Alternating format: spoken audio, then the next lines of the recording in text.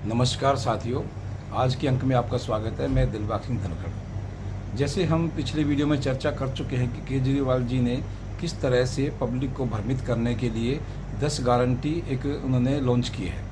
मोदी जी की देखा देखी उन्होंने 10 गारंटी की एक योजना लॉन्च की है।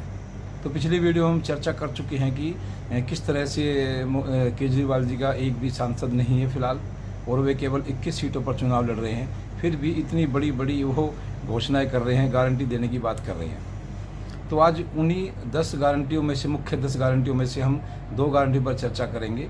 जिसमें कि पहली गारंटी उन्होंने बिजली के बारे में दी है कि वो हर गांव में 24 घंटे, पूरे देश में बिजली 24 घंटे पूरी देंगे, कहीं पर भी कोई पावर कट नहीं लगेगा, और साथ ही 200 यूनिट भी वो बिजली फ्री देंगे।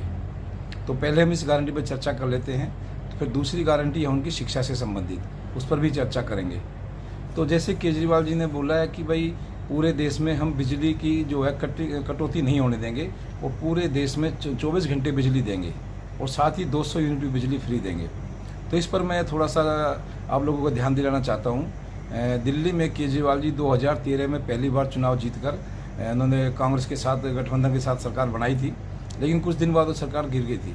लेकिन तब से आज तक सीएम दिल्ली में जो केजरीवाल जी ही बने आ रहे हैं। और मैं आपको एक बात और बता देता हूं कि आज तक दिल्ली में उन्होंने पावर जो प्रोडक्शन बढ़ाने के लिए कुछ भी एक भी काम नहीं किया है। किसी भी तरह से आप देख करके ये आपने कहीं देखा नहीं होगा कि पावर प्रोडक्शन के बढ़ाने के लिए उन्होंने कोई भी कार्य किया हो जिससे कि दिल्ली में पावर प्रोडक्शन बढ़े। ऐसा मुझे एक भी कदम उनका दिखाई नहीं दिया, और ना ही कहीं मीडिया में, कहीं सोशल मीडिया में ऐसा कोई देखने को मिला। दूसरा, पंजाब में भी उनकी सरकार है। पंजाब में भी आप देख लेंगे 1.5 साल में उन्होंने कितना पावर प्रोडक्शन के लिए कोई काम किया है। वहाँ के किसान आज भी बहुत परेशान हैं। और दिल्ली में जिस व्यवस्था को लेकर ही हमेशा कोसते थे, ब्लेम लगाते थे शीला जी पर, अगर दिल्ली की में जो बिजली व्यवस्था है बहुत ही उसमें घोटाला है, करप्शन है, उसके ऊपर वो कोसते कोसते वो दिल्ली में सरकार बनाई। 200 यूनिट का जो फ्री का एक झुंझुना उन्होंने बजाया था, वो काफ़ी जनता को रास आया और ये उसमें जीत कर आ गए। लेकिन वो 200 यूनिट का झुंझुना आज तक वो बजाते आ रहे हैं, लेकिन प्रोडक्शन के नाम पे और व्यवस्था को सुधारने के नाम पे आज तक मुझे नहीं लगता दिल्ली में उन्होंने कुछ भी काम किया होगा।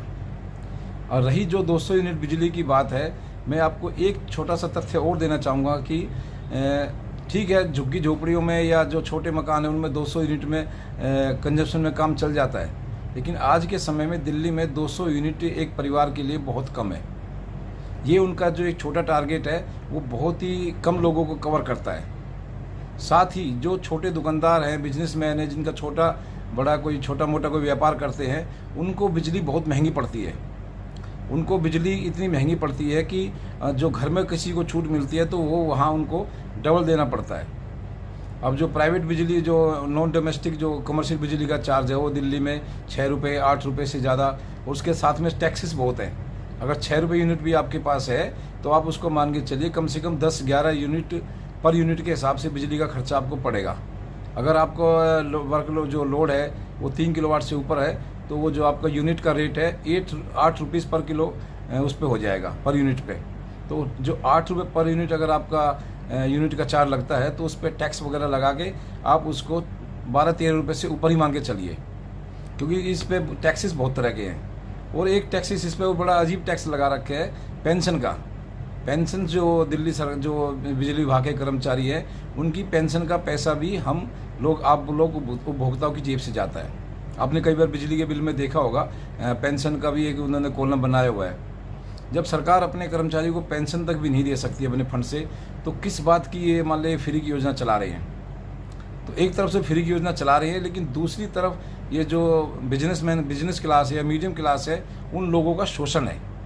क्योंकि अगर थोड़ा थोड़ा बिल सभी दें तो ये सारा लोड मीडियम क्लास पे या बिजनेस क्लास पे या छोटे जो व्यापारी भाई हैं उन पर ना पड़े। तो इस तरह मुझे लगता है कि जो ये 200 यूनिट की जो बिजली की जो इन्होंने फ्री की योजना चलाई है, ये बहुत कम लोगों को टारगेटेड है, और इससे नुकसान ज़्यादा लोगों को हो रहा है।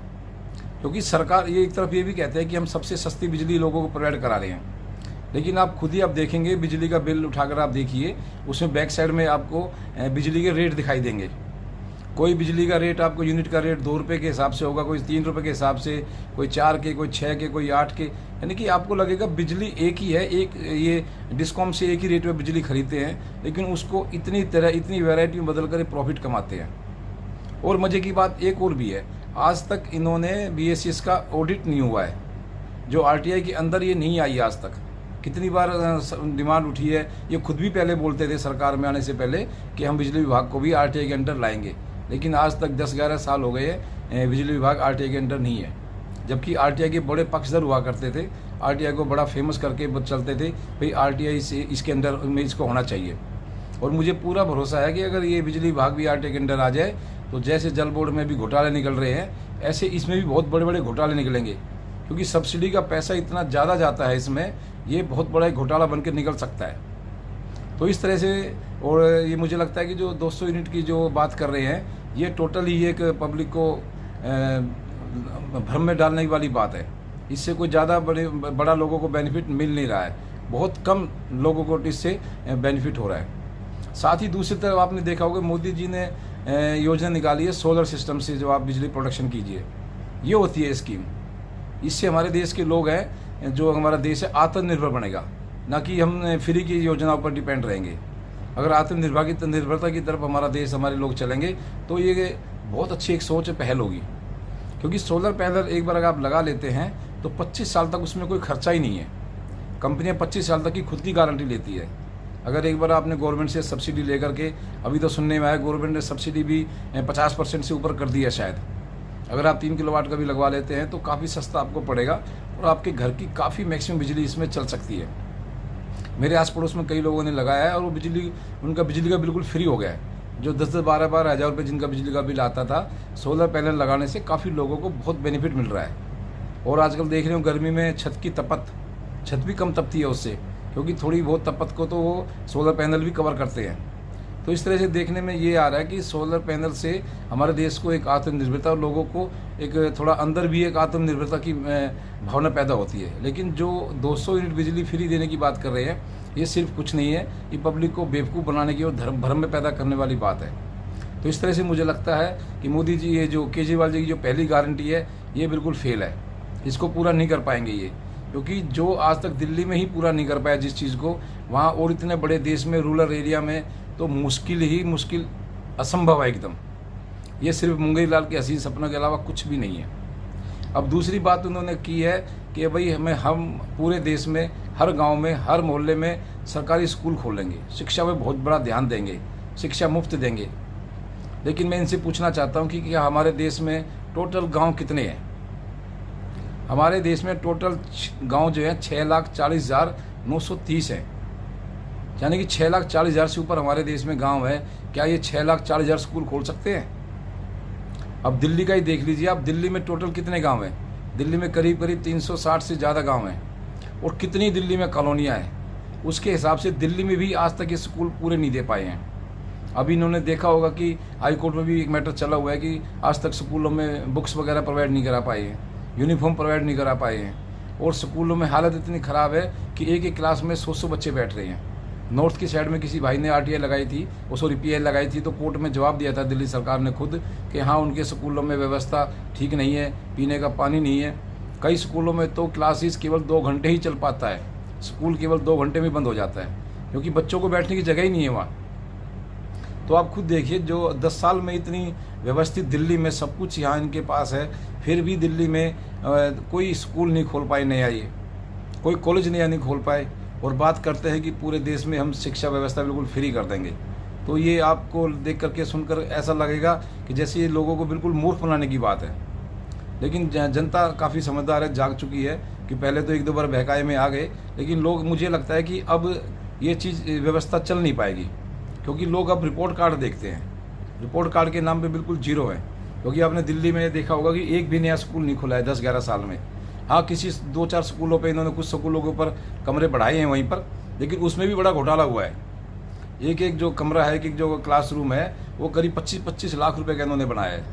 तो आप देखिए, सोचिए, जो अगर एक कमरा 25 लाख का बनेगा तो 6,40,000 स्कूलों में कितने कमरे बनेंगे, कितना पैसा उसमें लगेगा, और शिक्षा व्यवस्था पे कितना पैसा खर्च कर सकते हैं। क्या इतना बजट, क्या इतना इनके पास सिस्टम है? मुझे नहीं लगता। मुझे नहीं लगता बिल्कुल भी ये जो इनकी गारंटी है किसी भी हद में पूरी कर पाएंगे, नहीं पूरी कर सकते, क्योंकि 6,40,000 स्कूल खोलना कोई मजाक चीज़ नहीं है। साथ ही हर राज्य उसमें हर मोहल्ले में स्कूलों के साथ साथ देखिए मोहल्ले, एक गांव में अगर 4 मोहल्ले 5 मोहल्ले हैं तो वहाँ भी स्कूल खोलेंगे। बताइए कितने स्कूल खोलेंगे। तो ये जो व्यवस्था है, जो गारंटी दे रहे हैं, जो ये कोरी एक ढोंग है, दिखावा है, इसमें कुछ भी नहीं है। जैसे कि मैंने आपको पिछली वीडियो में बताया था कि मैं इनकी हर गारंटी पे एक वीडियो बनाऊंगा, तो इस तरह से आज मैंने आपके साथ में इनकी 2 गारंटियों को शेयर किया है। आगे जो इनकी और भी 8 गारंटी बची है उनको भी मैं आपके साथ डिस्कस करूंगा और अपने जो विचार होंगे आपके साथ शेयर करूंगा। और आपसे उम्मीद है कि आपको वीडियो पसंद आई होगी। आप इस वीडियो को देखिए, लाइक कीजिए, सब्सक्राइब कीजिए। आपका बहुत बहुत धन्यवाद।